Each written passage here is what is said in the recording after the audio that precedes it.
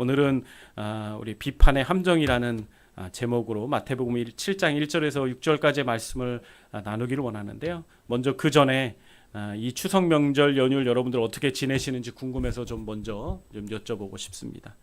이번에 연휴가 좀 길잖아요. 네, 어떻게 다들 잘 보내고 계신가요? 원하는 계획대로 여러분들이 즐겁게 잘 보내고 계시는지 궁금합니다. 네, 어떻게 보면은 예전보단 좀 더 공휴일이 는 듯한 느낌이 있어요. 그래도 이렇게 장시간을 이렇게 길게 휴가를 받는 거는 진짜 여름 휴가 같은 아주 좋은 기회인 것 같습니다. 이런 시간에 오래간만에 만나는 가족 친지들과 좋은 시간도 가지실 뿐만 아니라 여러분들 스스로를 잘 다독이고 또 쉬게 해주는 그런 시간도 여러분이 충분하게 주어졌으면 좋겠습니다. 근데 그러려면 도움이 좀 필요한 것 같아요. 제가 볼 때는. 왜냐하면 이 명절이라는 게 사실 스트레스가 많은 날이거든요. 여러분 명절에 스트레스를 좀 받으시는 편인가요? 네. 여기저기 제가 이미지를 하나 집사님께 부탁을 해서 보여주시면 좋겠다고 했는데 이거는 추석 이미지입니다. 네, 근데 잠깐 보여주세요. 네, 사진이 너무 멋있지 않나요? 추석 이미지? 네, 이게 제가 알기로는 직접 찍으신 거죠? 네, 이거 아버님께서 목사님 아버님께서 직접 찍으신 거예요. 이 성에 가서 수원성에 가서 보름달이 떴을 때 제가 아침에 이 사진을 보고 깜짝 놀랐습니다. 무슨 작품 사진을 이거 분명히 핸드폰으로 찍으셨을 텐데 이렇게 찍으셔서 제가 깜짝 놀랐는데 이 복스러운 이 달덩이 같은 이 달처럼 여러분 가정들이 행복해지고 많은 은혜가 있었으면 좋겠습니다. 자, 이거 넘기셔서 이건 원래 추석 명절 얘기할 때 나오기를 기대했던 건데 제가 타이밍을 못 알아들려서 늦게 나왔습니다. 이해해 주시고 자, 이겁니다. 설 스트레스 이제 그만. 성인의 몇 퍼센트? 54%나 설 명절에 스트레스를 받고 있대요. 와, 이거 참 어떻게 보면 좀 걱정이 됩니다. 왜냐하면 여러분들 중에 반은 스트레스 때문에 고생을 했다는 얘기니까 참 걱정이 되는 것 같아요.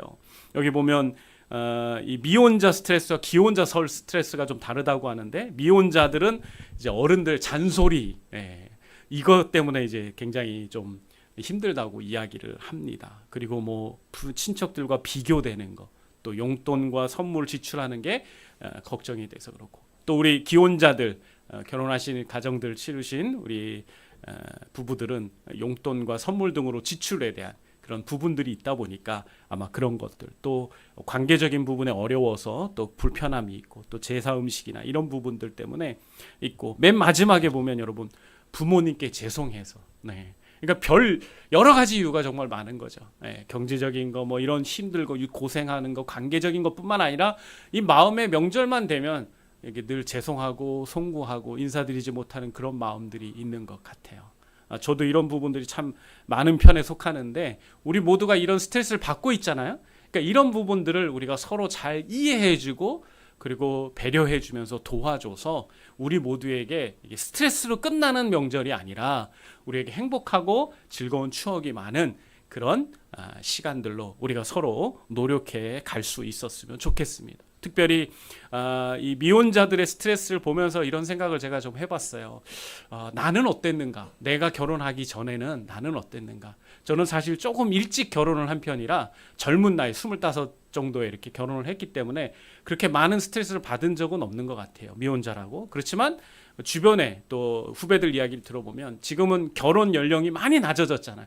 30대 뭐 이렇게 기본으로 가기 때문에 이런 친구들 만나면 그 명절을 정말 시골에 내려가고 싶지 않아 하더라고요. 왜냐하면 내려가면 뻔하거든요. 어른들이 걱정하는 건 아는데 나를 생각해서 말해주는 건 내가 너무나 잘 아는데 마지막 결론은 뭐예요? 아무래도 이제 너 그러면 안 돼라고 이제 약간 과하셔서 야단을 치는 것 같은 그런 의도는 아니신데 결론이 그렇게 가더라는 거죠. 그러니까 그런 부분들이 너무 마음이 아프니까 아예 기피하게 되고 더 명절 때 인사를 못 가는 여러 가지 핑계를 대고 일이 있다 이렇게 못 내려간다고 이야기하더라고요. 이게 얼마나 참 가족들 모두에게 큰 상처고 아픔인가라는 생각을 해봤습니다. 그러면서 나는 이제 어른이 됐으니까 나는 이제 좀 더 나이를 먹어가니까 나는 우리의 젊은 세대들 또 미혼자들 이런 친구들 만나면 잔소리 그만해야겠다 그런 생각을 좀 하게 됐습니다. 혹시 여러분들 중에 이미 그런 죄를 범한 분들이 계시다면 오늘 다 회개하고 오늘 예배 마치고 전화하십시오. 그분에게 전화해서 내가 미안하다. 내 본인 마음은 너를 뭐 전제하거나 널 힘들게 하려는 의도는 없었는데 내가 걱정하다 보니까 내가 좀 잔소리가 많았고 또 좋지 않은 얘기를 한 것 같다라고 여러분이 사과의 전화를 한다면 하나님의 의를 이룰 줄 믿습니다. 아멘이십니까? 아멘. 네. 저는 오늘 여러분들과 함께 이제 귀한 말씀을 나누면서 오늘 하나님께서 우리에게 주시는 소중한 말씀, 이 말씀을 묵상하면서 이 설 명절 스트레스와 좀 연관이 되는 그런 부분들이 제게 보이더라고요. 그러니까 스트레스를 주는 그런 이유들 중에는 남들과 이렇게 비교하면서 또 좋은 말들이 오가지 못하는 그런 가운데서 여전히 우리가 실수하면서 사람들을 힘들게 하는 부분들이 있기 때문이 아닌가라는 생각이 들었습니다. 그래서 그런 의미에서 오늘 우리가 하나님 우리에게 주시는 이 마태복음 7장 말씀이 우리에게 큰 도전과 은혜가 될 거라고 믿습니다. 이 시간 우리 함께 하나님의 말씀을 일어나셔서 우리 함께 말씀을 교독해 읽도록 하겠습니다. 1절부터 6절까지 한 절씩 교독하고 마지막 절은 합독하겠습니다. 1절 먼저 읽겠습니다. 비판을 받지 아니하려거든 비판하지 말라.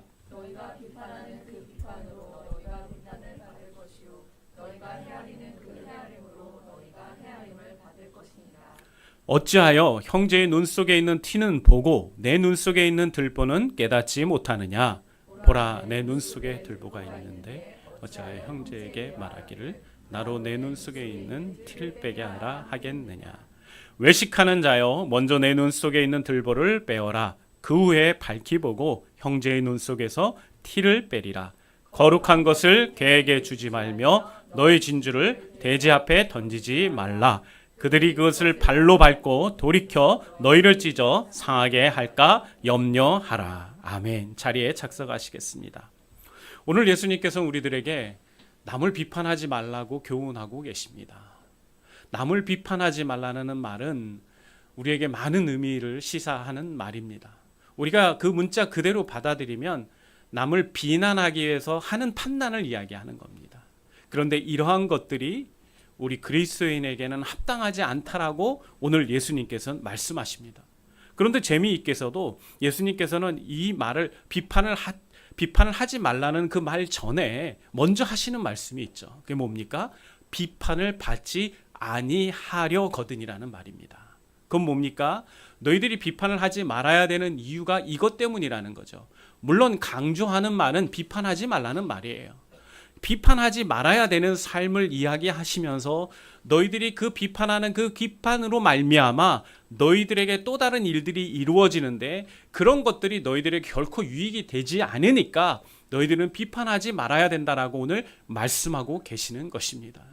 그런데 그 첫 번째 원인이 뭐라고 얘기하는 거예요? 너희가 도리어 비판을 받는다는 얘기입니다. 그러니까 너희들이 비판하지 말아야 되는 이유는 너희가 또 동일하게 비판을 받을 수 있기 때문이라고 이야기하는 거죠. 이제 왜 이렇게 얘기하시는지 천천히 2절과 3절, 4절, 5절에 대해서 얘기하시는데 우리가 먼저 그 전에 이 비판이라는 말의 의미를 좀 정확하게 정의를 내리고 좀 출발하면 좋겠습니다. 왜냐하면 많은 사람들이 오해를 하기 때문입니다. 비판하다는 말은 우리나라 한국말로 바꾸면 뭐 분별하다라는 말로도 바뀔 수 있고요. 정죄하다는 말로도 바뀔 수 있고 심판하다라는 말로도 바뀔 수가 있는 말입니다. 다 비슷한 의미를 가지고 있어요. 그러면 오늘 예수님께서 말씀하시는 비판하지 말라는 말은 그 의미 중에서 어떤 말로 이야기하고 계시는 걸까요? 우리가 흔히 생각을 하면 뭐 옳고 그름을 분별하는 게 과연 나쁜 일일까라고 생각할 수 있어요. 그러니까 예수님이 오늘 비판하지 말라는 말씀이 이게 과연 합리적인 생각인가? 우리가 생각할 때 상식적인가를 질문해 볼 수가 있다는 거죠. 그런데 대부분의 사람들은 압니다. 뭘 압니까? 꼭 비판이 나쁜 건 아니에요. 우리가 옳고 그름을 분별하고 비판하는 것은 우리에게 너무나 맞는 얘기입니다. 누군가의 이야기를 들 때 이게 참이냐 거짓이냐를 분명히 분별할 줄 알아야 된다는 거죠. 이 사람이 진실을 이야기하고 있는지 거짓을 말하고 있는지 우리가 그것을 잘 분별하고 잘 판단해야만 우리가 올바른 결정을 할 수 있기 때문입니다. 그렇기 때문에 사실 예수님이 비판하지 말아라 라는 그 말을 들었을 때 우리는 이 말이 조금 이렇게 완전하게 이렇게 이해되기보다는 이런 의미 때문에 우리는 조금 거부할 수도 있는 우리 마음 가운데 이것을 온전히 다 순종하기가 어려운 말로 받아들여 줄 수도 있다는 거죠. 그런데 오늘 예수님께서 말씀하시는 이 비판은 그런 의미를 담고 있는 것이 아니라 정죄하다라는 의미를 가지고 있어요. 그리고 심판하다라는 의미를 가지고 있는 것입니다. 예수님이 비판 자체를 부정하다라고 말씀하시는 게 아니에요. 옳고 그름을 판단하는 게 문제가 있다고 말씀하시는 게 아니에요. 예수님은 그런 것들을 벗어나서 거기서 더 나아가서 남을 자신의 기준과 잣대를 가지고 판단해버리고 그리고 그 기준을 가지고 이 사람을 정죄하고 심판하는 것을 하나님이 하지 말아야 한다라고 말씀하시는 것입니다. 자, 정리하겠습니다. 오늘 예수님께서 비판하지 말라는 말의 의미는 뭐라고요? 정죄하지 말라, 그리고 심판하지 말라, 판단하지 말라는 말이에요. 자, 우리가 한번 생각해 볼까요? 이 비판하는 사람들, 이 정죄하는 사람들, 이 심판하는 사람들은 어떤 동기를 가지고 우리에게 그런 이야기를 할까요? 그들은요, 아마 좋은 의도를 가지고 처음에 시작할 수도 있을 거예요. 뭔가 문제점이 있는 걸 알려주기 위한 그런 선한 의도를 가지고 이야기할 수도 있죠. 하지만 그것이 그 비판을 넘어서서 정죄로 넘어가고 심판으로 넘어가고 판단으로 넘어가기 시작할 때 어떻게 될까요? 그것은 그 사람을 공격하는 수단이 됩니다. 그 사람으로 하여금 기죽게 하고 그 사람으로 하여금 좌절하게 하고 그 사람으로 하여금 상처를 입히게 하는 그러한 모습들로 나아가게 된다는 거죠. 그런데 뿐만 아니라 이런 비판과 판단과 정죄는 함정이 있는데 어떤 함정이 있냐면 바로 이렇게 비판하는 사람을 향한 나 자신을 이 사람보다 의롭게 여기는 그런 함정이 숨어 있다는 거예요. 이건 다음 말로 말하면 교만해진다는 얘기입니다. 나 스스로를 교만케 하는 거예요. 뿐만 아니라 어떤 겁니까? 이 사람을 비판하고 정죄하고 판단함으로 인하여서 위선적인 그런 모습들, 내 삶에 있어서 굉장히 그 겉으로는 좀 좋아하는 것 같고 겉으로는 이렇게 친절을 베푸는 것 같지만 실상은 내 마음 가운데 그 사람을 향한 어떤 미움과 원망이나 이런 나쁜 찌꺼기들이 남아있는 그런 위선적인 모습으로 우리가 다가갈 수 있다는 것입니다. 그래서 우리는 이러한 함정에 걸리지 않기 위해서 할 수만 있다면 비판하고 정죄하고 판단하는 것을 그쳐야만 하는 것입니다. 물론 오늘 예수님께서는 우리에게 남에게 그러한 비판을 받지 않으려거든. 남에게 정죄받지 않으려면, 남에게 판단받지 않으려면 비판해야 된다는 의미로 말씀하고 계시지만 그 의미뿐만 아니라 우리는 이러한 부분들을 통하여서 하나님 앞에서 우리가 비판하는 것이 이런 함정에 빠질 수 있는 그런 죄악들이 있다는 것을 알고 우리는 그것을 피하는 지혜가 우리에게 필요하다는 것입니다. 특별히 여러분, 예수님 당시에 바리새인들을 기억하실 거예요. 그들은 율법학자들이었죠. 민족의 리더들이었고 지도자들이었습니다. 그런데요, 그들은 그 누구보다도 남을 백성들을 정죄하고 판단하는데 선수들이었습니다. 자신들이 제대로 지키지 못하는, 자신들도 제대로 지키지 못하는 온갖 법칙과 율법들을 만들어서 사람들을 거기에다 굴레 씌워놓고는 그 기준과 율법에 못 미치면 그들을 향하여서 아주 날카롭게 그들을 비판했어요.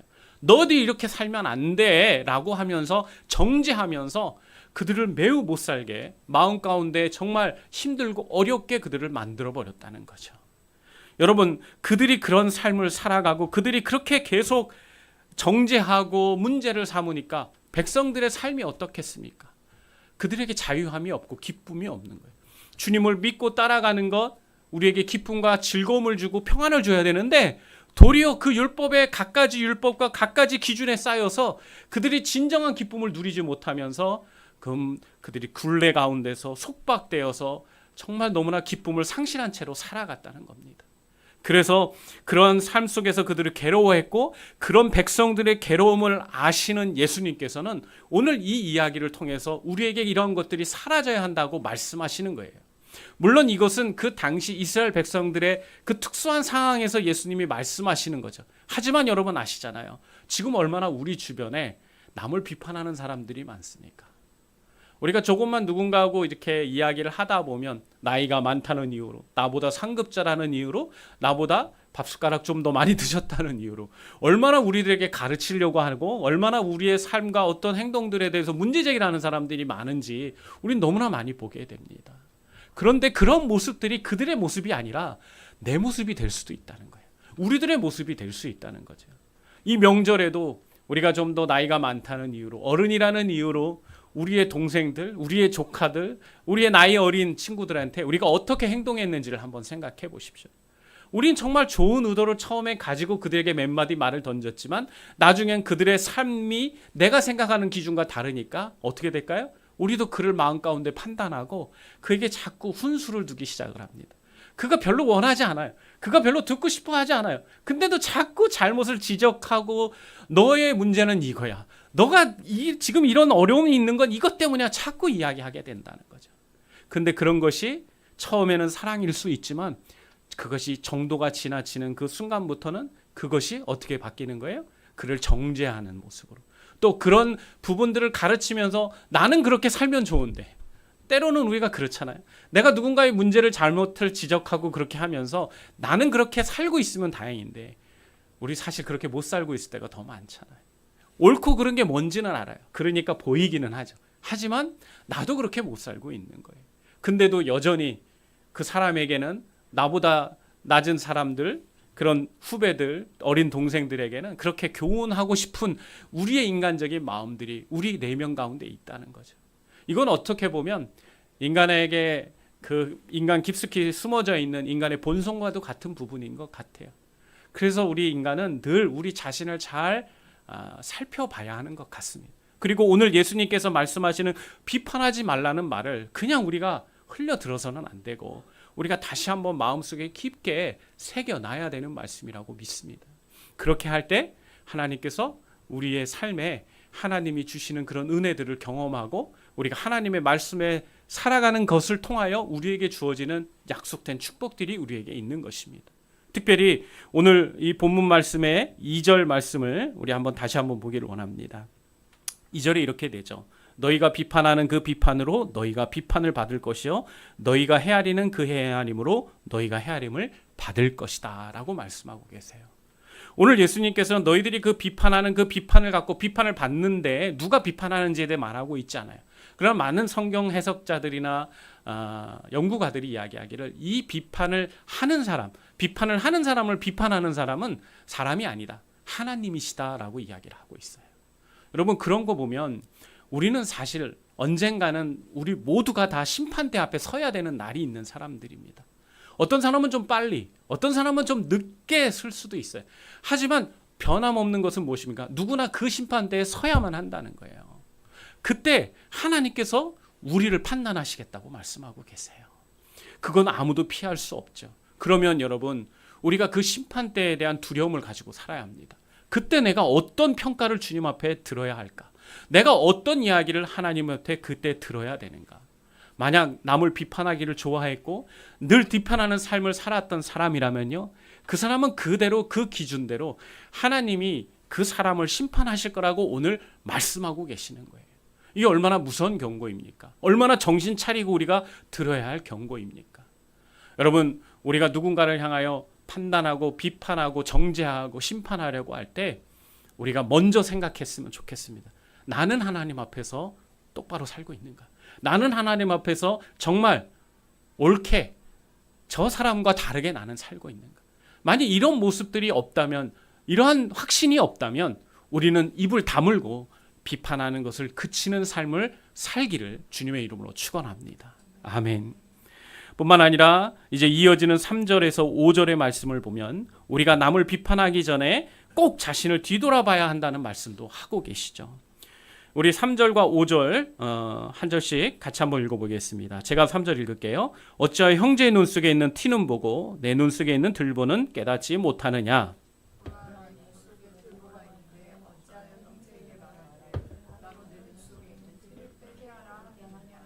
5절 같이 읽습니다. 외식하는 자여 먼저 내 눈 속에 있는 들보를 빼어라. 그 후에 밝히 보고 형제의 눈 속에서 티를 빼리라. 오늘 비판에 대한 이야기를 하시는 예수님께서 갑자기 난데없이 눈에 낀 티와 들보 이야기를 하세요. 눈의 티는 먼지라고 생각하시면 됩니다. 근데 이 눈은 너무나 민감하기 때문에 아주 작은 먼지라도 들어가면 너무 불편하고 힘들잖아요. 그래서 그것을 보게 되면, 그리고 그것을 알게 되면 우리 자꾸 빼려고 합니다. 당연히 빼야 합니다. 그런데 내 티가 아니라 남의 티가 보이는 거예요. 그래서 그것을 빼기 위해서 빼도록 권면을 하고 가르치려고 하죠. 그런데 예수님께서는 오늘 그런 행동을 하기 전에 네가 먼저 해야 되는 것이 있다라고 말씀합니다. 그게 뭡니까? 들보를 빼래요. 여러분 혹시 들보가 뭔지 아십니까? 들보는요, 이 천장을 받치고 있는 큰 기둥을 이야기하는 거예요. 지금 여기 이렇게 둔턱이 있죠? 이 둔턱에 이렇게 하면 큰 시멘트로 된 한 20cm, 30cm의 들보가 있습니다. 여러분 먼지는 얼마나 할까요? 들보에 비해서.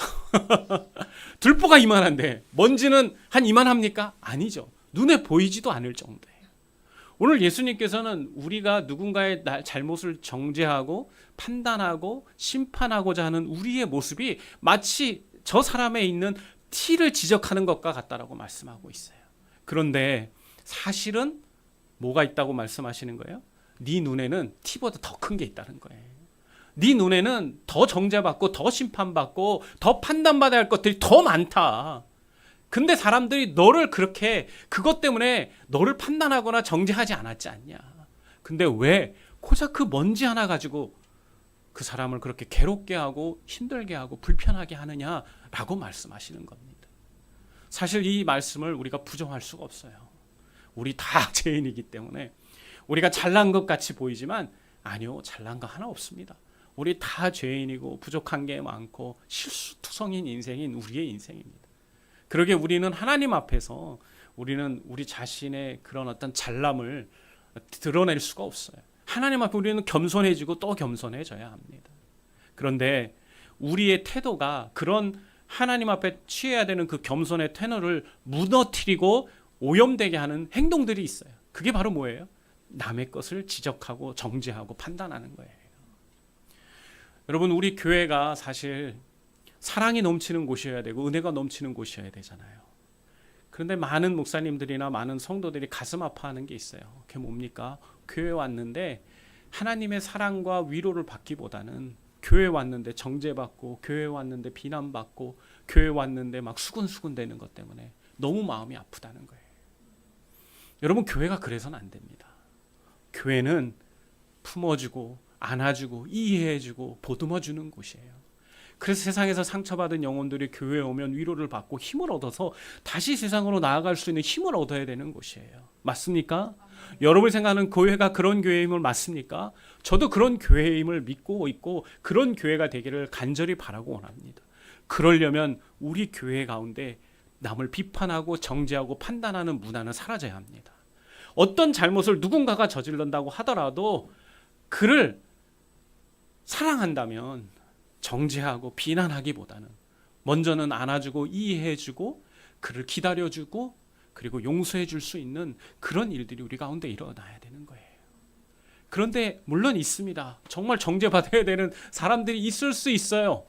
교회가 너무 그런 걸 안 해서 사실 교회의 권위가 무너졌다고 하는 분들도 계십니다. 근데 그건 하나님께 맡기세요. 하나님께서 필요하다면 교회 공동체의 영적인 리더들을 통하여서 하나님이 일하실 거니까 하나님께 맡겨두고 여러분은 할 수만 있다면 사랑하세요. 그리고 이해해 주시고 기다려 주세요. 그래야 바뀝니다. 아멘이십니까? 내가 지적한다고 바뀌지 않아요. 내가 정죄한다고 변화되지 않아요. 여러분 알잖아요. 아무리 열심히 이런 부분들에서 당신이 변하기를 원해 이건 바뀌어야만 해라고 말했지만 바뀌나요? 안 바뀌어요. 어떻게 해야 바뀌냐고요? 이해해주고 기다려주고 용서해주고 사랑해주면 바뀝니다. 정말입니다. 사랑하는 여러분, 정말로 우리가 우리 사랑하는 사람들 사랑하고 가족들을 사랑하고 성도들 사랑한다면 우리가 누군가를 향하여 불만족스러운 모습이 보이고 문제가 있더라도 쉽게 판단의 말을 하기보다는 왜 그 사람이 그런 이야기를 해야만 했을까? 왜 그런 행동을 해야만 했는지를 이해하고 잠잠히 하나님께 기도하면서 맡기면서 내 입을 닫고 하나님이 역사하실 것을 기대하는 우리들이 되었으면 좋겠습니다. 그리고 할 수만 있으면 우리가 그런 사람들에게 찾아가서 안아주고 그리고 따뜻한 말로 위로해 주면서 형제의 마음을 압니다. 형제가 왜 그럴 수밖에 없었는지 우리가 기다리겠습니다. 우리가 형제가 좋은 판단을 하고 선택을 할 수 있을 때까지 뒤에서 기도해 주고 있을게요. 그런 힘내세요라고 말할 수 있는 그런 공동체를 우리가 만들어 갈 수 있으면 좋겠습니다. 그런 공동체, 그런 가정, 그런 사회가 여러분 얼마나 행복하겠습니까? 아멘이십니까? 교회뿐만이 아니라 할 수만 있으면 작은 교회와도 같은 가정에서도 여러분 그렇게 해주세요. 너무나 사랑스러운 아이들이지만 그 아이들이 자기 멋대로 할 때가 많이 있잖아요. 저 지금 도윤이 보고 우리 하은이 보면 너무너무 사랑스럽고 이쁘거든요. 근데 이 아이들이 이제 7살, 뭐 12살 그 청소년기를 들어가면 아마 우리의 눈에 정말 마음에 안 드는 모습들이 보여지기 시작할 거예요. 그러면 우리가 교회 언니 오빠로서 아주 어렸을 때부터 같이 봐왔던 우리들의 마음 가운데 그 아이들을 대하면 어떻게 될까요? 자꾸 한마디 이야기하게 될 겁니다. 이거 하지 마. 교회에서 뛰어다니는 거 아니야. 뭐 이런 식으로 얘기할 거예요. 근데 여러분 그런 부분보다 우리가 할 수만 있으면 그 아이들을 이해해주고 사랑해주는 그런 저희들이 되기를 바랍니다. 그렇게 할 때 그 아이들이 교회 안에서 사랑받고 그리고 그리스도 안에서의 그 사랑, 하나님과 부모님을 통한 그 풍성한 사랑을 느끼면서 정말 사랑의 뭐랄까요? 삶의 그 본질이 되시는 그 예수님과 하나님을 잘 이해하고 만날 수 있게 되는 것입니다.